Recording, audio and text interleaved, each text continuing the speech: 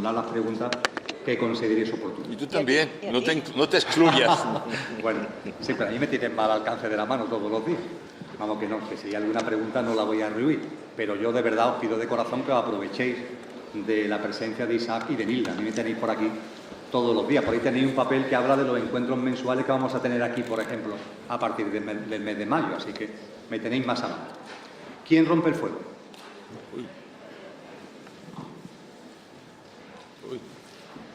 ¿Alguien en la primera fila?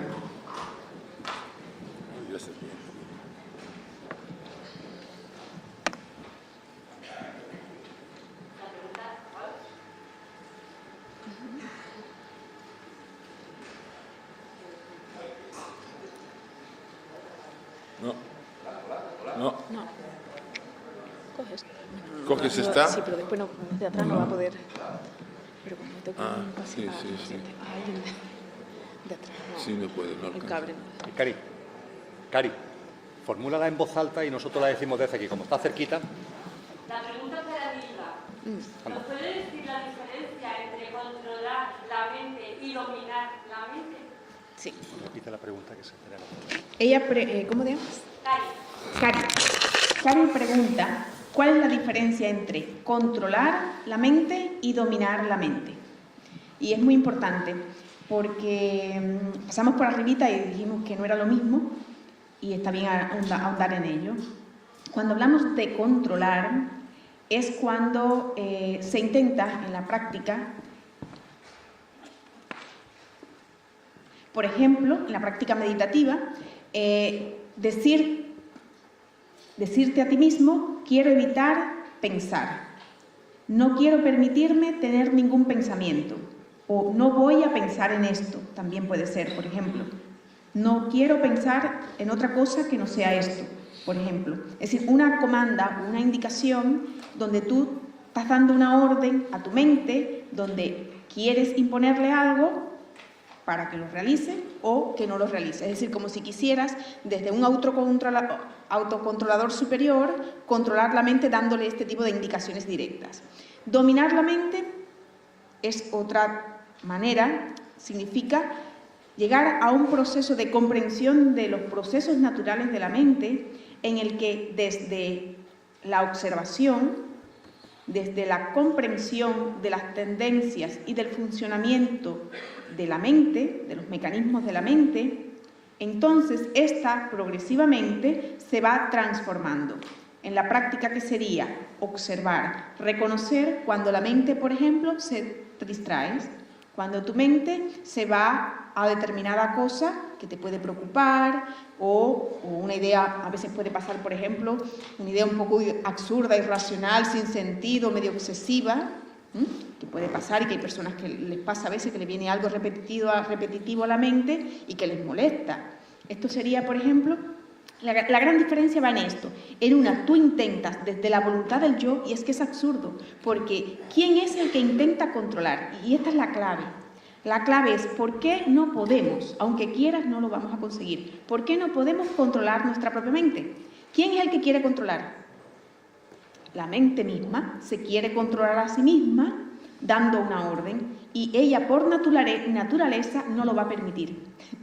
Porque la mente es paradójica por naturaleza. Entonces, por mucho que se intente, y por ejemplo, esto en psiquiatría lo vemos claramente, cuando tenemos un trastorno obsesivo, compulsivo, por ejemplo, es algo irracional, absurdo, que la persona no lo reconoce, y mientras más quiere quitárselo de la cabeza, más le viene. Esto nos puede pasar a nosotros en un nivel no patológico, sino normal. Cuando te viene, por ejemplo, una canción a la cabeza, por ejemplo, que esto pasa muy normal, ¿no? Te viene algo que te tienes ahí. Mientras más te lo quieres quitar, menos puede ser. ¿Qué pasa? ¿Por qué pasa esto? Porque es la mente, esa que quiere dirigir y controlar a sí misma, no puede, desde la mente concreta. ¿Qué tiene que pasar? Que tiene que trascenderse a otro nivel superior, a un nivel que va más allá de la mente concreta, de la que produce estos pensamientos concretos y racionales, estas tendencias que están funcionando en el nivel de la personalidad.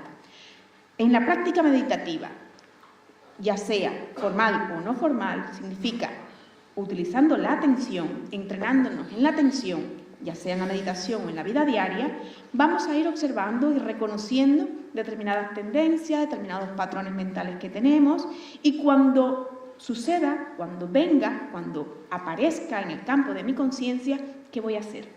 Observarlo, reconocerlo tal cual es. Si mi atención es total, completa, 100% en eso que está sucediendo, se va a desaparecer espontáneamente. ¿Por qué?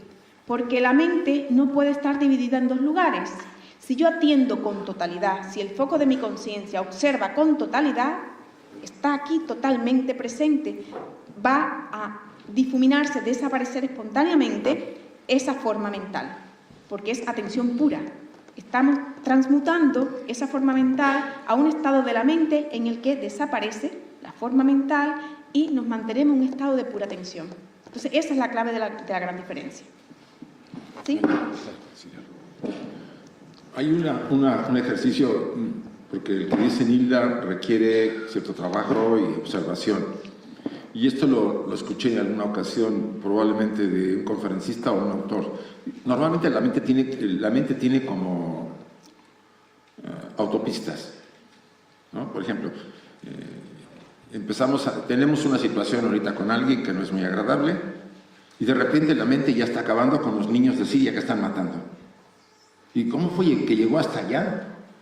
Pero si vamos viendo, se dice que uno debería regresar en esa autopista hasta el momento en que surgió el primer pensamiento que originó toda la cantidad de pensamientos que me llevaron a acabar con los niños de Siria. O sea, esa autopista, para poder realmente trabajar, que es un nivel inferior al que está hablando Nilda sobre cómo trabajar y no controlar, sino observar, es regresarse por la autopista, poco a poco, hasta llegar, ¿qué fue lo que originó el tema? Y es ahí donde está la atención y el trabajo que hay que hacer con ese que fue el switch, ¿no? Lo que impulsó a que yo me fuera hasta... Y así cada día. Si ustedes van observando, acabamos cada día con una minucia que ocurre en otro lugar, incluso hablando mal de alguien, que las armas y no sé cuánto, cuando todo fue una cosa pequeña, pero en realidad está en nosotros y debemos observarla. Eso es lo que origina esas autopistas y eso es lo que hace que la mente vaya por donde quiere, aparentemente, pero no es así. Todo pensamiento sigue un circuito. Eso es una manera de verlo. No quiere decir que sea la única, pero nos puede ayudar a entender por qué acabo de tener actitudes racistas, a veces con alguien, y si me voy para atrás, probablemente porque en un momento dado en mi trabajo alguien me hizo sentir menos. Entonces se disparó por ahí y acabé atacando a fulano, a sutano, porque ¿qué hacen aquí en este país? ¿Por qué están aquí quitándonos? O sea, este tipo de cosas me pueden ayudar a entenderme más a mí y empezar a trabajar ese aspecto que Nilda ha insistido que es válido, la observación, la meditación y estar encontrando que la raíz está en mí, aunque me lleve muy lejos en otros pensamientos. Bueno. Más preguntas, por favor.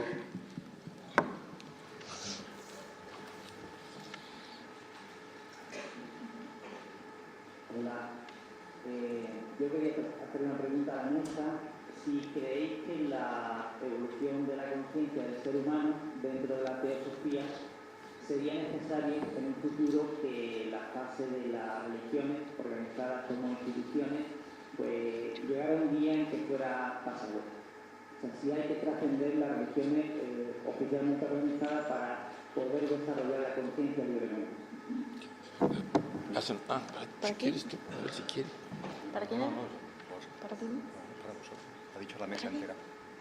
Yo pido, pero date a ti la oportunidad. Sí, hombre. Gracias, Carlos, por tu pregunta. Yo no estoy en condiciones, Carlos, de darte una contestación a la luz de la teosofía. En eso tanto Nilda como Isaac me llevan mucha ventaja y así que le voy a pasar a ellos la Qué cuatito es este. No obstante, para no rehuir dar una contestación, de corazón compartiría lo siguiente. La teosofía tiene como, la sociedad teosófica, tiene como lema el que habéis visto aquí en la pantalla varias veces durante el día.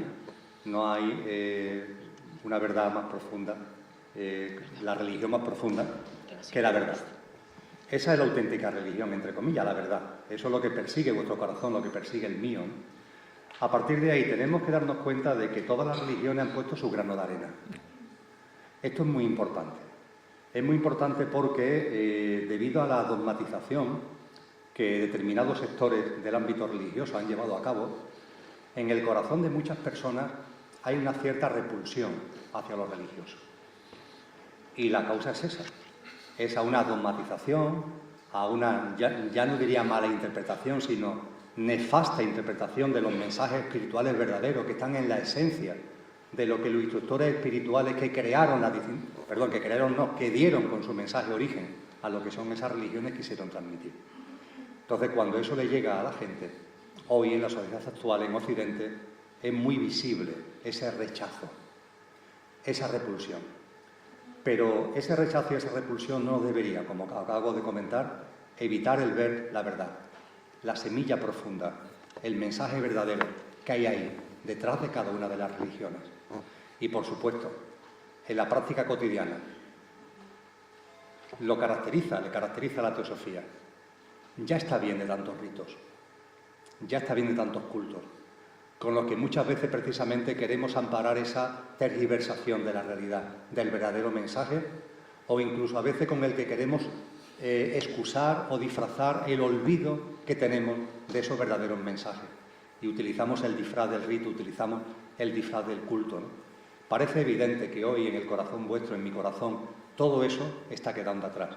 Y yo termino diciendo que, por favor, ese ciclo vamos a cerrarlo con amor, con mucho amor, con mucha comprensión, dándonos cuenta de que siempre ha habido una semilla profunda y verdadera, dándonos cuenta de que siempre en todos los contextos religiosos ha habido hombres y mujeres que han dado lo mejor de sí, y ha sido mucho, en pro de esa semilla verdadera, y que eso ha ocurrido incluso en el seno de las religiones más dogmatizadas. San Juan de la Cruz, mi místico favorito, lo que tuvo que sufrir ese hombre por decir cosas que hoy para cualquiera de nosotros empiezan a ser verdades evidentes, para decirnos que el más perfecto grado de perfección a que el ser humano puede llegar es la transformación en Dios. Y tuvo que perseguir cautiverio de su propia orden, de sus propios hermanos, y fue, como sabéis, desterrado a México. Lo que pasa es que murió antes de llevar a cabo el destierro. Pues bien, no olvidemos que esas figuras siempre han estado ahí. Entonces, si nuestro corazón nos lleva a cerrar el ciclo, vamos a llamarlo coloquialmente de lo religioso, por favor, vamos a hacerlo con agradecimiento a tanta gente, a tantos hombres y mujeres, vamos a hacerlo con amor, aunque es verdad que ya nos está pidiendo nuestro corazón algo distinto. Bueno, yo creo que Emilio ha dicho lo esencial. Las religiones tienen una función. Recuerden que nuestro grado de desarrollo en la sociedad tenemos diferentes niveles de madurez, no madurez física, es la madurez del alma. Podemos tener cuerpos jóvenes y con almas muy maduras, o cuerpos bastante mayores y las almas son de niños, ¿no? Entonces no depende tanto de la apariencia. Para muchas personas, vamos a decirlo así, todavía es necesaria esa práctica. Y eso lo vemos en el gran público, en el mundo. No digo que para todas. Para otras, la religión ha quedado como un escalón del que hemos ido subiendo y que estamos más allá de ella. No de esa religión, como dice Emilio, dogmática, ritualista, sino una religión que verdaderamente nos religa, nos une a esa parte superior. Y eso tiene que ver con la práctica diaria de una vida noble, como dice, de ser un buen amigo. Eso nos acerca más, porque lo divino no está solamente en un lugar, no, lo divino está en todo, nos contiene. Recuerden que decía Pablo, uno de los grandes iniciados en la literatura cristiana, de aquello hemos emanado, en aquello vivimos y a aquello volvemos. O sea, no hay espacio de este universo donde eso que llamamos Dios, si quieren ponerle nombre, a mí no me gusta tanto porque luego lo antropoformizamos, está presente, siempre ha estado con nosotros. Otra cosa es que nuestra atención está dirigida hacia afuera. Está en cualquier lugar, incluso en los lugares más oscuros y negativos, ahí está. Obvio, Esto nos lleva, como dice Emilio, y con ese amor a entenderlo, a entender los que aún están necesitados, a los que aún practican los ritos, a los que aún quieren que eso sea parte de su vida. Pues tenemos que acercarnos con amor y entender. Pero para los que piden algo más, para los que se dan cuenta que eso fue una etapa que han ido superando, o que quieren practicarla a la luz de la verdadera enseñanza, como decía Chardin, este famoso Teilhard de Chardin, francés, teólogo, el cristiano, ya se refería al cristiano, ha dejado de imitar la vida del Maestro Jesús y ahora se conforma con creer. Dice, y ese es el peor error de los creyentes, dejar de imitar, de vivir. Quizá eso es un problema porque en todos nosotros es cubrir las apariencias de la personalidad, que requiere cierto maquillaje para ser aceptado socialmente, pero que en la vida personal seguimos siendo aquellos sujetos capaces de cualquier vileza porque nuestros intereses son primero. Ahí no ha habido más efecto que lo que nos enseñó la sociedad y la cultura. Hay que hacer si nosotros estamos dándonos cuenta de eso y ya nos hemos percatado de que esa vida no puede seguir así, debería haber una reflexión, pero siempre con amor, con ese amor de amistad, para aquellos que todavía lo necesitan, para aquellos que todavía están involucrados, tener esa compasión de amor, de esa sabiduría vivencial, y no señalarlos ni criticarlos porque aún todavía necesitan de ello. Pero también para nosotros seguir otra forma. ¿Cuál es la otra forma? Trascender. Los rituales, los dogmas, fueron parte de una etapa, como cuando éramos niños y jugábamos con los muñequitos, con las cositas pequeñas. Cuando fuimos adultos, dejamos eso porque ya no vivimos como niños, vivimos como adultos. Ya no nos dirige una autoridad. Ya no tenemos a través de alguien para poder estar en contacto con lo divino, porque lo divino lo llevamos en el corazón. No necesitamos a nadie en el sentido de la práctica religiosa. La autoridad no la tiene nadie afuera de mí. Si yo algún día doy razón de mis actos, a lo único que le debo dar razón y presentarme es a mi ser superior interior. A él sí le debo dar, se puede decir, explicaciones de lo que he estado haciendo en mi vida. Y quizá al final, como dice la tradición oculta, ustedes y yo estaremos frente a ese ser interior que aparece como un juicio. Acuérdense que todas las tradiciones hablan de un juicio. No es un juicio exterior, es un juicio interior. Cuando ustedes piensan algo, dicen algo o hacen algo en ustedes lo graba y queda plasmado para siempre. No se borra. Y al final de la vida ven que nos pasa en la película. La película nos las pasarán 3 veces después de irnos, después de la puerta del más allá, 3 veces repetiríamos ese recuerdo ante nuestra conciencia. Nadie nos castiga, nos castigamos. Nadie nos hace sufrir, nosotros nos hacemos sufrir. Entonces la función de las tradiciones religiosas cumplieron para muchos de nosotros su función, pero tenemos que respetar a aquellos que todavía las practican, con ese amor incondicional, con esa comprensión y respeto, que es el mismo que exigimos para nosotros. Cuidado con el aparato, se vaya a caer. No, yo soy una muy rápida idea, y es que la única manera para que determinadas religiones no perezcan en el tiempo es que evolucionen, que por lo tanto el propio cuerpo de esa tradición vaya evolucionando a la par que evoluciona la conciencia individual de los hombres.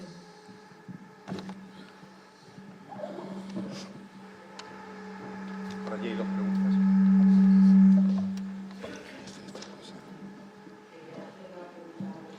No se oye. Sí, por favor, cuando ha terminado ha dejado una pregunta en el aire, cuando ha concluido su exposición, cuando ha terminado un poco rápida, si podía decir aunque sea unas líneas para completarla, ¿no? ¿Cómo cultivar el profundo interés por nuestra vida? Se ve que escuchó. Una cosa es oír y una cosa es escuchar, ¿sí? Oír es oírse ustedes a sí mismos. Escuchar es escuchar a la otra persona.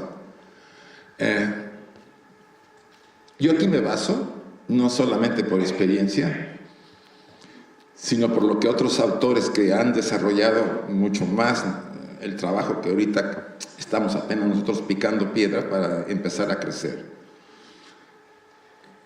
Normalmente, las condiciones de la vida, de las que ustedes y yo queremos a veces cambiar porque nos parecen que no son las que yo merezco, no solamente situaciones, personas, situaciones económicas, etcétera, están ahí ¿para qué? Para ser el campo de pruebas de nuestro desarrollo. Y a veces esas condiciones se producen bajo tormentas muy poderosas. ¿Quién no de ustedes y yo hemos tenido tormentas en nuestra vida? Tormentitas y tormentotas. Por supuesto, las tormentotas nos cambiaron, porque después de salir de la tormenta, yo cambié de vida. Algo de mí dejó de ser y empecé a ser, o algo viejo se quedó fuera. Entonces, y aquí yo repito, recuerdo a Roger Meta que mencioné durante la exposición, si la tormenta se abalanza sobre de ti y tú la dejas pasar sobre de ti, cuando pase te transformará y hará que haya profundidad en ti. La vida profunda, la vida de madurez solamente se va a generar cuando una tormenta nos atravesó y no la evitamos y no la pospusimos y no nos drogamos o nos obsesionamos por trabajar de una manera anestésica para no darnos cuenta de lo que está pasando en el mundo. Todos escurrimos las tormentas, salvo que alguna nos agarre descuidados y nos dio el golpe sin que nos pudiéramos proteger. Las tormentas son básicas para crecer, generan la profundidad, generan el entusiasmo, porque cuando hay profundidad surge el entusiasmo y me doy cuenta que es la única manera de atreverme a crecer, aceptar las tormentas, o sea, aceptar las experiencias difíciles, porque las agradables y las bonitas, pues simplemente le dan un poquito de maquillaje al ego. Yo no digo que no las hay de las dos, pero son las verdaderas tormentas, las más poderosas que nos desestructuran, las que producen la profundidad en el alma, en la mente sobre todo. Nos generan un estado de soledad, parafraseando otra vez a Roger Meta. Es como si todo lo quitaran y nos quedáramos sin dónde sostenernos. Y en ese momento, ¿cómo decirlo?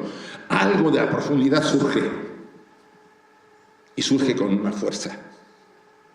Y ese es el entusiasmo del que hablamos. Espero haberle contestado.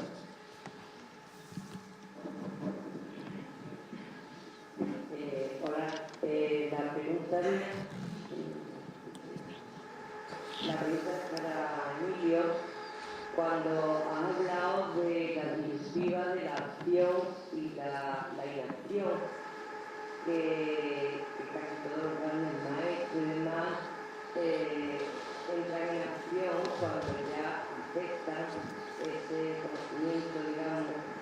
Entonces, yo he mencionado con muchas personas el tema de determinadas personas que están ahí, que buscan ese conocimiento, esa espiritualidad, como son, por ejemplo, en este caso,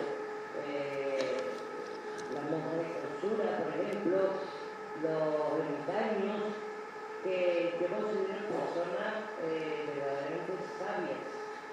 Entonces, muchas veces he mencionado con otras personas ese mismo tema. ¿Son activas o no? Porque no, tenemos, en este caso más con las monjas de clausura que se dedican a una vida de contemplación, de oración, pero en cambio hay una inactividad hacia lo que es lo exterior. Entonces, yo quiero que me aclare un poco dónde está la acción de esas personas que en realidad pues buscan una vida de sabiduría y de Muchas gracias por la pregunta. Tal como te escuchaba, se venía a mi memoria mucho tiempo, porque sumado días han sido bastantes días, que en una serie de años yo he pasado con una comunidad precisamente contemplativa, una comunidad cisterciense, la única masculina que hay en Andalucía, aunque admiten tanto hombres como mujeres en la hospedería que tienen allí, que es el monasterio de Santa María de las Escalonias. Está entre Palma del Río y Hornachuelos. Es un sitio, es un centro que aconsejo vivamente. Y es una pequeña comunidad de hombres santos. Y no hurto para nada ninguno de los términos, son hombres santos. Y su vida es fundamentalmente contemplativa. No tan contemplativa como la de las monjas de clausura, en cuanto a que sí tienen una actividad externa, realizan no solamente meditación, contemplación y oración, sino que también dan apoyo espiritual a la zona. Por ejemplo, la liturgia de los domingos es masiva, va mucha gente de muchos sitios y ellos realizan una labor de apoyo muy importante. Yo con ellos aprendí mucho. Y seguro que si sigo yendo... Ya se acabó, se apagó. Sí. Ya. Ahora tal vez vuelve. Seguro que si sigo yendo, seguiré aprendiendo. Con el aprendizaje que he tenido, y yendo directamente a lo que has planteado, yo distinguiría en este tipo de comportamientos espirituales, porque son comportamientos espirituales, distinguiría dos grandes manifestaciones. Hay una primera con la que personalmente, desde el mayor respeto, no sintonizo, que es la devoción. Una profunda devoción. Por cierto, que eso no solamente lo he vivido en la comunidad cristiana que estoy comentando, sino que lo he vivido, por ejemplo, en el ámbito del sufismo, en la alberga donde Lola y yo vamos, nos encontramos con personas enormemente devocionales. Yo entiendo que están en su proceso, que están en su camino, y que, por supuesto, todo tiene su sitio, como decía esta mesa, y los que han estado antes que nosotros se han empeñado, desde luego, en compartir. Todo tiene su sitio. Pero entiendo que en el sendero espiritual hay un momento determinado que la devoción va quedando atrás. La devoción entendiendo, por ejemplo, como sucede en el ámbito del sufismo, donde la figura de Alá es tan fuerte que yo diría que incluso impide avanzar en el discernimiento, porque ya todo finalmente queda en manos de Alá. O en esta comunidad de Santa María de las Escalonias, donde los rezos a Dios son constantes, pero todo se pone en la mano de Dios, todo se deja en la mano de Dios. Tiene importancia en un momento de nuestro proceso, pero hay otro momento de nuestro proceso en el que yo creo que estamos nosotros, que va quedando atrás. Eso es el componente de la devoción. Y hay otro componente muy importante que es la contemplación pura y dura. La contemplación pura y dura, en lo que yo he conocido en este tipo de comunidades, sí tiene una acción absolutamente consciente en una sabiduría de que la transformación que en cada uno de ellos o de ellas se está produciendo tiene un impacto directo en el conjunto del género humano. Hay una sabiduría en el ámbito de estas albergas sufí, en el ámbito de estos conventos cristianos, una sabiduría ancestral que pone de manifiesto que lo que ellos estén avanzando en su proceso meditativo, en su proceso de encuentro interior, desde el silencio, desde el recogimiento, no es baldío, no es ajeno a lo que está ocurriendo en el contexto del género humano. Y hacen una acción que ya no es de devoción, sino que es de amor absoluta en cuanto a un término que ellos nunca utilizarían, y yo utilizo coloquialmente, de proyección. Proyectan hacia afuera eso que están viviendo internamente y lo hacen desde el amor y lo hacen desde la conciencia y desde luego el mayor de los respetos. Pero ahí hay una acción, ¿no? Una acción correcta, totalmente consciente y muy bien enfocada desde el fondo de sus corazones. No, un ápice sobre este tema de la devoción que es muy profundo y que a un nivel externo la devoción es lo que Emilio habla, esta devoción fanática que más que unir separa, pero hay otro nivel de devoción que se puede llamar, en el sánscrito hablamos del bhakti, de la línea bhakti yoga, donde el estado de devoción, de direccionalidad, del amor dirigido a un objeto de devoción, hace que el meditador se una con ese objeto y son uno. Esto es un estado de conciencia, es una línea de yoga por la cual la persona que puede pertenecer a una religión o no, tampoco, no necesariamente. Es decir, sencillamente va en el temperamento o en el rayo, como en teosofía se habla, de la línea propia que tiene el individuo, que va evolucionando por una determinada línea. Pero tiene que trascender esta etapa de la que Emilio habla y que es separativa y que realmente ahí hay falta de amor, es todo lo contrario, porque hay una exclusión de aquello que no pertenece a lo que tiene que ver con el objeto de devoción. Pero esto se va transformando y transmutando en la medida en que la persona, el practicante, va evolucionando. Y después el punto este de la acción. Acción puede hacerse no solo en el plano físico, la acción en el plano mental es súper importante. Y por lo tanto estas personas que están meditando y rezando y orando, y lo hacemos nosotros también en nuestro círculo teosófico cuando tenemos los grupos de sanación, etcétera, etcétera, pues también es una acción muy profunda y muy necesaria. Y yo creo que hoy día es una herramienta tan grande que tenemos nosotros con tanto dolor y tanto sufrimiento que hay en el mundo y nuestra limitación física, porque somos limitados físicamente, con estos cuerpecitos que tenemos, ¿qué podemos hacer con lo que está pasando en Siria? A ver, entonces, compasión. Eso de lo que hablaba Emilio, compasión. Compasión por una acción a un nivel profundo, a un nivel interno, a un nivel aspiración, que es una acción en el plano mental y muy, muy precisa y necesaria.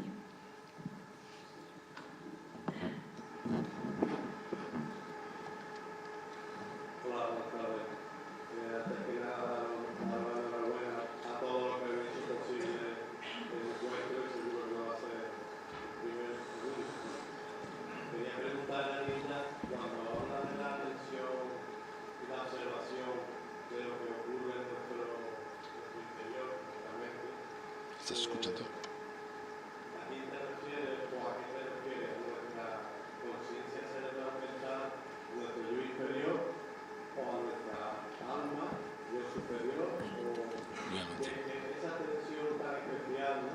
Esa relación tan especial, ¿de dónde proviene? Vale, bien.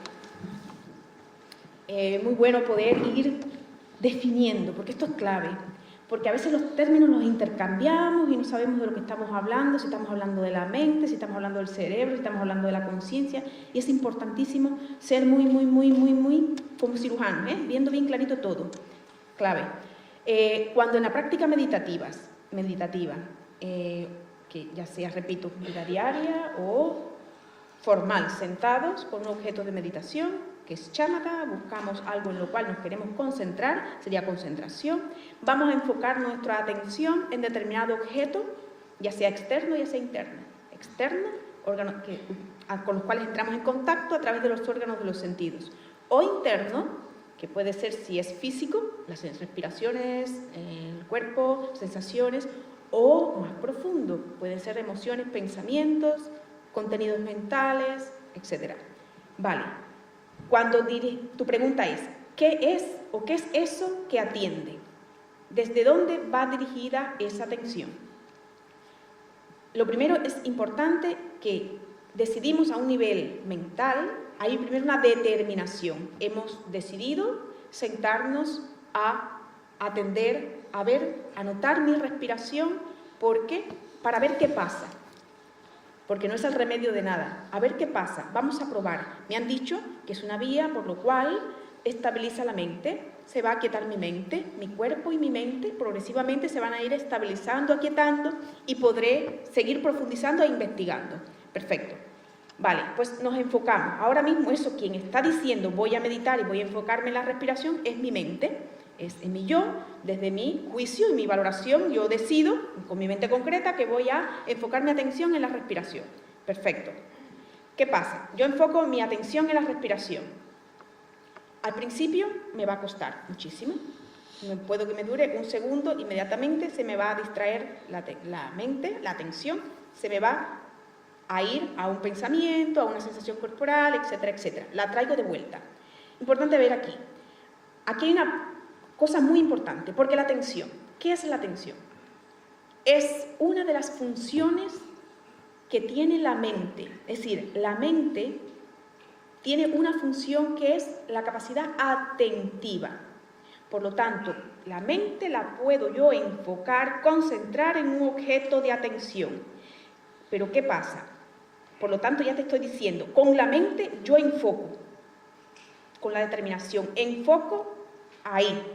Pero cuando ya yo estoy enfocada en el objeto, pasan cosas, que es que como se está consecutivamente calmando mi propia mente, porque la atención puede fragmentarse, puede dividirse. Normalmente en psicología hablamos de la atención activa, esta que estamos aquí nosotros ahora, que nos estamos oyendo unos a otros y que estamos atendiéndonos. Esta es la atención activa, voluntaria normalmente, o involuntaria a veces cuando hay un tema de distracción o de preocupación. Pero de trasfondo va a haber también un poquito de atención, vamos a decirlo así, que es la atención pasiva, que es esa que nos permite darnos cuenta cuando dicen de allá afuera ¡fuego! Pues vamos a poder oír que han dicho fuego y saldremos todos tranquilamente por la señal de alarma del tema del incendio. Tranquilamente saldremos. Esa de trasfondo la mantenemos de manera normal, que es la atención pasiva. Esta atención pasiva también es muy clave en el proceso meditativo, porque es esa que tendremos de trasfondo para atender, para vigilar cuando nos hemos distraído. Es decir, que podré reconocer que mi mente se ha ido a tal cosa, con tantos pensamientos, tales asociaciones, todo el discurso, el rollo mental que tenemos siempre. Nos iremos por ahí. Perfecto. En ese momento que yo capto que me he ido, en ese irse, cuando me he ido, he vuelto a caer en el plano de la mente concreta, del discurso de la mente concreta. Ahora, cuando la atención es total, donde estoy yo 100% concentrado en mi respiración, sin distracción, es entonces, manteniendo ese leve porcentaje, hay un maestro budista, el budismo tibetano es muy claro en la técnica porque te separa muy bien y te define claramente, porque es muy técnico a nivel de la práctica. Pero sencillamente está diciendo que de trasfondo sí voy a tener un pelín de atención pasiva para darme cuenta que me he distraído. Pero entonces, cuando estoy enfocado, completamente concentrado, esto en las técnicas meditativas hablamos de dharana. En el yoga se estudia dharana, que es concentración. En esta primera fase estoy concentrándome, o chamata, también en las escuelas de budismo. Chamata o dharana en el yoga. Es cuando me estoy concentrando, cuando yo me esfuerzo en educar a mi mente para que no se distraiga la atención. Por lo tanto, el foco de la atención sostenido y mantenido es entonces cuando he puesto en juego esa función de la mente atentiva y que permite entonces que la luz de la conciencia pueda expresarse a través de esta capacidad de la atención. Cuando estoy saltando de un objeto a otro, mi atención está saltando de un objeto a otro, es imposible entonces que podamos tener vislumbres de conciencia superior. Y en esto, lo que el yoga habla, decíamos, de inhibir o ir disminuyendo esas modificaciones de la mente. Esas modificaciones de la mente es esto, cuando estoy constantemente pensando en una cosa, en la otra, distrayéndome. Entonces, la técnica, lo que se intenta tanto en la práctica del yoga, que es meditación también, es la parte importante, cuando hablamos de dharana, concentración, dhyana, cuando ya la meditación, la atención y la concentración es sostenida en ese objeto, hablamos entonces de contemplación. Puedo yo mantenerme entonces el tiempo que decida observando, contemplando, y yo conectaría esto con los que conocéis de budismo con el vipassana, cuando puedo entonces entrar a un proceso de investigación, de ir reconociendo y descubriendo la naturaleza de ese objeto al cual estoy atendiendo. Vipassana, visión cabal, visión clara. Y que esto teosóficamente correspondería cuando hablamos de Buddhi, porque es la luz de la inteligencia. Es cuando es posible que yo pueda conocer, reconocer, contemplar la naturaleza real y esencial del objeto al que medito. Entonces, ahí en este punto, dhyana, contemplación, estoy en un estado meditativo donde ya no juega nada la mente inferior, donde ya la conciencia es la que está contemplándose a sí mismo a través del propio objeto meditativo. ¿Sí? Yo recordé ahorita que estaba Nilda hablando sobre la contemplación. Hay una carta de Damodar. Damodar fue un estudiante, bueno, se puede decir que el único que pudo ser aceptado por los maestros cuando en 1880, 80 y tantos, cuando él era un estudiante avanzado, y él fue de los pocos que después de muchas pruebas, como muchos otros que pedían ser probados. Recuerden que la aprobación es una de las cosas más complejas. Él fue el único que pasó, por lo menos es lo que se sabe. Él escribió una carta una vez a George, el otro fundador de la sociedad, y hablaba del tema de contemplación por la confusión que había. Él decía y explicaba de esta manera: dice la ciencia que cada 7 años ustedes y yo cambiamos las células de nuestro cuerpo como las serpientes. Soltamos lo viejo y nuevas células ocupan el lugar de las viejas. Pues como ocurre con el cuerpo físico, lo mismo le pasa al cuerpo emocional y le ocurre al cuerpo mental. ¿Y cómo sucede ese cambio? ¿Cómo sucede la sustitución en el cuerpo emocional de las células que está desechando? ¿Con qué alimentamos nuestras emociones? De eso determina que las nuevas células, simbólicamente energéticas de las emociones, sean de mayor calidad, dependiendo de las emociones que sentimos. Y lo mismo para la mente. Entonces él ponía el ejemplo: si usted va a contemplar y a sentarse en una habitación 2 horas, como él decía, viendo la punta de su nariz, lo único que le va a generar son problemas psicológicos. Si usted quiere realmente hacer una transformación desde el enfoque oculto, tiene usted que contemplar aspectos que eleven esa vibración tanto mental como emocional para que sus vehículos sustituyan esas partes energéticas, emocionales y mentales por nuevas más sutiles y más elevadas. Y ahí él ponía, pues puede ser una imagen que a usted le inspire mucho o que le haga sentir que usted quisiera ser como ese ser. Puede ser un maestro, puede ser un héroe o una heroína, lo que fuera, ¿no? Si, por ejemplo, contemplamos a Gandhi con la inofensividad, o a la señora a Teresa de Calcuta con la compasión, el hecho de estar contemplando no tanto lo físico, sino aquello que ella representa, hace que todo este aspecto de contemplación se convierta en algo maravilloso y realmente una transformación.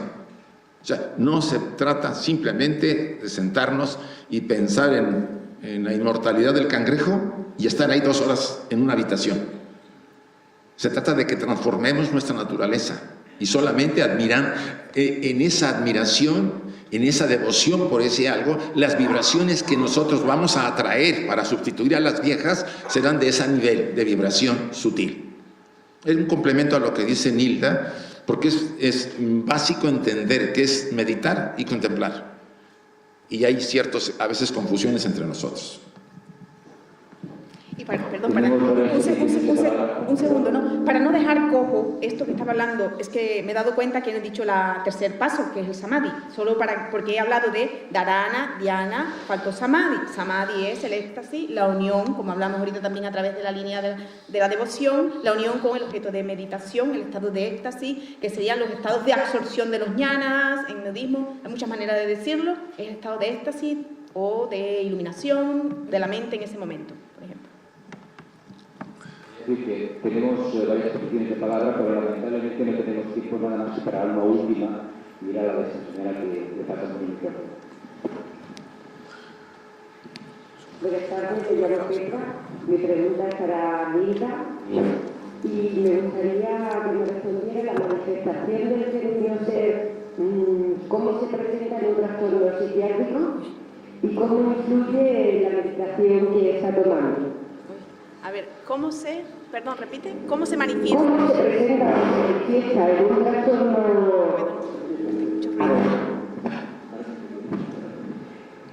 La manifestación del fenómeno ser, que es el título de tu ponencia, ¿cómo se presenta en un trastorno psiquiátrico y cómo le puede influir la toma de medicación? Hoy en día tenemos mucha generosidad a la hora de diagnosticar los famosos trastornos que hay y la incidencia que están haciendo las personas, esas medicaciones que están tomando.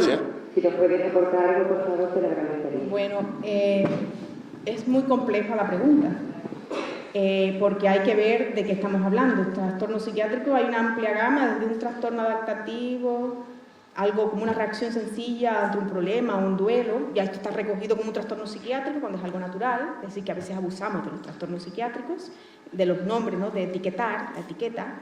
Pero bueno, todo eso cae dentro de los trastornos psiquiátricos, un tema de un trastorno adaptativo, un duelo, una ansiedad, tristeza, depresión. Todo esto serían trastornos adaptativos en un nivel de funcionamiento que se llama un funcionamiento neurótico, lo cual significa que la persona no se ha desconectado con la realidad, que sigue todavía conociendo lo que es y lo que no es, dicho en plata.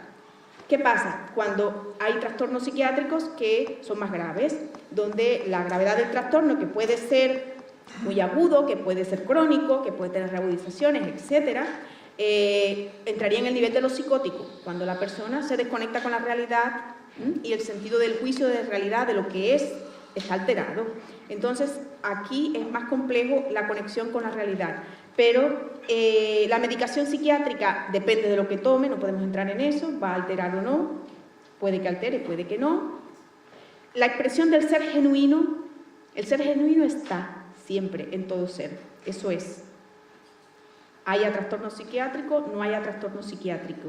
El tema es que la expresión puede estar alterada o que no se exprese completamente, no necesariamente hay que tener un trastorno psiquiátrico, como explicamos en la charla, ¿no? Es decir, puede que nosotros mismos no se esté expresando la totalidad de nuestro ser genuino y puede que no tengamos un trastorno psiquiátrico. Por lo tanto, no es un factor condicional. Es decir, puede que una persona con un trastorno psiquiátrico tenga algún momento en el que tenga algún episodio en su vida, que haya tenido alguna situación transitoria, que haya atravesado por algo o que incluso esté tomando algún tratamiento, lo cual no le afecte para tener un proceso de trabajo espiritual. Es muy frecuente, no es tan frecuente, pero puede pasar de que determinados estados despertares de la conciencia se confundan con trastornos psiquiátricos. Sí, y esto hay que diferenciarlo. Esto es una clave donde en la psiquiatría se deberían considerar mejor o más estos aspectos de determinados estados alterados de conciencia, determinados estados místicos o procesos de trabajo interno porque la ciencia hasta ahora mismo llega hasta el cuaternario inferior. Los temas espirituales no son bien trabajados, comprendidos, y es algo que esperamos que la ciencia evolucione también, como decíamos ahorita, igual que la religión. Sí, lo que dice Nilda es real. Del enfoque junguiano, que es donde se toma un poco diferente en ese sentido el tema de, por ejemplo, la psicosis, las variantes de los psicóticos. Yo recuerdo muy bien en algunos pasajes que decía el Dr. Jung, y que están avalados por la literatura incluso de místicos, el sendero espiritual es como el filo de una navaja. Si caes del lado derecho, te desarrollas espiritualmente. Si te caes del lado izquierdo, te psicotizas. Estoy quizá exagerando, pero no es tan fácil. Ya nos estamos refiriendo a estados y procesos mucho más avanzados en el desarrollo interior. Por eso los retos para la estructura personal son equilibrarse, sanar la estructura hasta donde podamos, equilibrarla. Y a partir de ahí la base es poderosa y lo que venga no lo va a desestructurar. Normalmente las experiencias profundas tienen tanta fuerza en algunos casos que puede la personalidad, si tiene pues, debilidades, ansiedad, miedos, inseguridad, se desestabiliza y puede caer del lado izquierdo. Entonces, la recomendación, y a todo estudiante, no deberíamos descuidar esta parte, porque a veces, yo recuerdo muy bien en una conferencia de Ken Wilber, él decía, muchos meditadores, asumiendo de que todo se va a resolver con la meditación, llega un momento en que tienen experiencias tan poderosas porque asumieron que eso se iba a ir sanando automáticamente, y no es así. Y algo importante, entre más se avanza en el desarrollo, la caída duele más. Es preferible en el inicio, cuando estamos en el autoconocimiento, tomar medidas para sanar esos aspectos, sobre todo los que son que los percibimos directamente, ¿no? Si estamos cayendo en ciertas patologías, pues damos cuenta que eso tiene que ser abordado antes de meter a otro tipo de cosas. Tampoco se puede negar que puedo ir en paralelo, pero sin tocar aspectos profundos en el desarrollo. O sea, requiere que el estudiante se observe, acepte lo que hay ahí y por lo mismo vaya dando pasos, vamos a decir, a su ritmo, para ir sanando y equilibrándose y permitir que lo demás se vaya dando. No es un juego el trabajo interior. El verdadero y el serio requiere inteligencia y cierta clarificación. Yo puedo decirle que mucha pasión, pues sí, la pasión ayuda a mantenernos y ser firmes, pero requerimos cierta inteligencia o sentido común, como insiste Emilio, de ver cosas que no van y que eso no se va a quitar simplemente porque yo me dedique a meditar. La meditación tiene una función muy importante, pero si la base está desequilibrada, lo que esté arriba queriendo manifestarse va a acabar desequilibrando al sujeto. Y eso a veces se menciona, sobre todo en la literatura del Dr. Jung, como desequilibrios originados por un proceso de crecimiento, porque no fueron atendidos adecuadamente desde el enfoque de la personalidad. O sea, equilibrarla, sanarla, volverla fuerte, firme, para poder abordar cosas que son verdaderos retos en algún momento. Solo quería aclarar eso. No, un mini ápice al respecto, y es que esto sí queda muy claro, de que para entrar en técnicas meditativas más profundas como es el Vipassana, hay que tener mucho cuidado si ha habido un trastorno psicótico. La estructura del yo debe estar bien fuerte, por lo tanto, esto es importante y es una de las cosas que preguntan. Por ejemplo, en los retiros serios de meditación te preguntan si hay algún trastorno psiquiátrico. Y hay que descartar, es decir, si hay un problema de psicosis, las personas que padecen no pueden hacer este tipo de meditación, podrán hacer otro tipo de trabajo como es la concentración, la relajación, mindfulness, esto sí, pero por ejemplo un Vipassana, que es un trabajo más profundo, un nivel más profundo de conciencia, hay un riesgo de una crisis psicótica. ¿Te acuerdas de lo de Rivers que tampoco quiero que... Muchas gracias a Nilda, muchas gracias a Isaac por sus intervenciones, por sus intervenciones particulares, por la mesa redonda que han compartido, por su desplazamiento desde Barcelona y Bilbao para estar con nosotros, y desde la organización quisiéramos tener con ellos un detalle para que se lleven un recuerdo de Sevilla y de este encuentro que hemos hecho posible entre todos.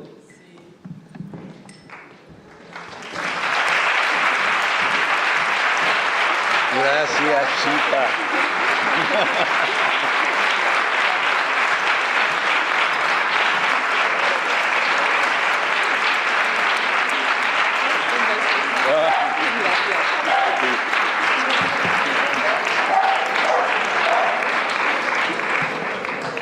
Está pesadito, ¿eh?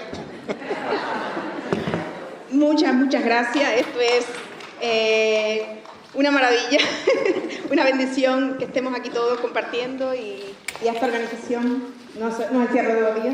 ¿O sí? ¿No? No sé. No. Gracias.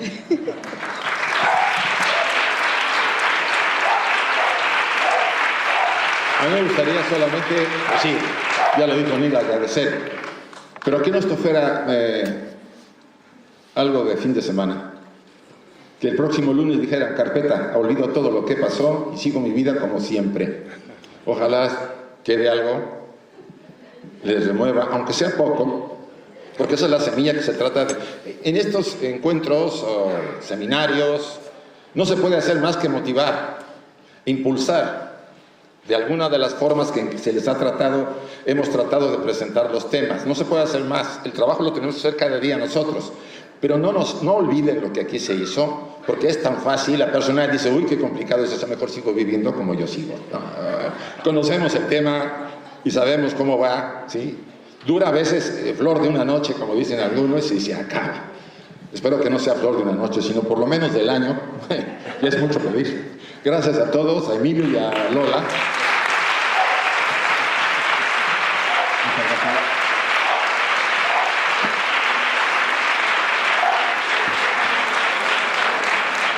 Pues precisamente en orden a lo que comenta Isaac, de que todo lo que se ha compartido, lo que hemos convivido durante el día de hoy, antes de marcharnos se asiente más profundamente todavía, se enraice más todavía en nosotros, vamos a cerrar como hemos empezado, con la música. En este caso, a través de una persona que es amigo íntimo, comparte con Lola y conmigo los retiros que hacemos en la Hospedería del Silencio y él es un maravilloso guitarrista. Es profesor del Conservatorio de Cáceres, de guitarra, es concertista y es compositor. Y bueno, como todas las personas que tenemos aquí, de una manera bellísima, desinteresada, pues está aquí para compartir lo que de verdad, cuando lo escuchéis, querrás que dure mucho más, pero no puede durar mucho más. Va a ser una intervención ajustada al programa y le pido a Luis Manuel Moreno que esté con nosotros y que inicie su concierto. Muchas gracias.